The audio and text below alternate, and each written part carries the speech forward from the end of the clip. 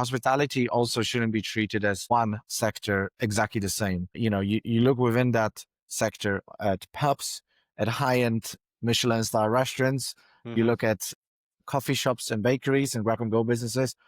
Every single niche within that has a completely different reality today. Pubs are struggling massively, probably one of those parts of the business which see the most closures. Because it's a very old concept of how people spend time and money. Of course, you still see a lot of pubs full, but it's different than it was before. It's there you have massive cost pressures at the moment, massive change the way people go out and drink as well. People drink less and less in general, as we know. Then you have the high-end restaurants. People do see massive pressure on their costs. So, it's also the place where, or I would say more premium casual dining, where people think, okay, let me save some money. Maybe I'm not going to celebrate, my birthday, or just because it's Friday, I'm going to go out for a fancy dinner because I need to save money.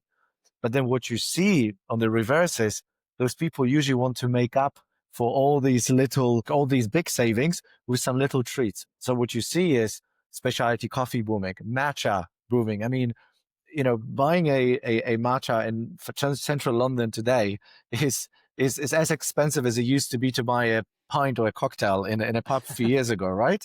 Like it really is.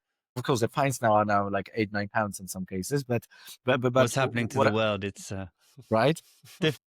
It's changed, but it shows that it's not that people are not willing to spend. I think it's actually what we see in the quick service space. There's a lot of opportunities because there's a lot of people who might save on the big things, might not get a bigger house, might not get a better car, might save a little bit on a holiday here and there. Like find some bigger savings, but on the day-to-day basis, we'll try to make up for it by that specialty coffee, by that Interesting. nice fancy pastry or grab and go lunch. Because if it's £3, £4, or £5 or £6 in one go, it doesn't feel like it's that much, if that makes sense. You think like, oh, if I save £5-6 today, will this really move the needle for me? When you make that quick purchase decision, you're not calculating this, right? You rather look at this £200 dinner with drinks and then whatever a bigger cost. So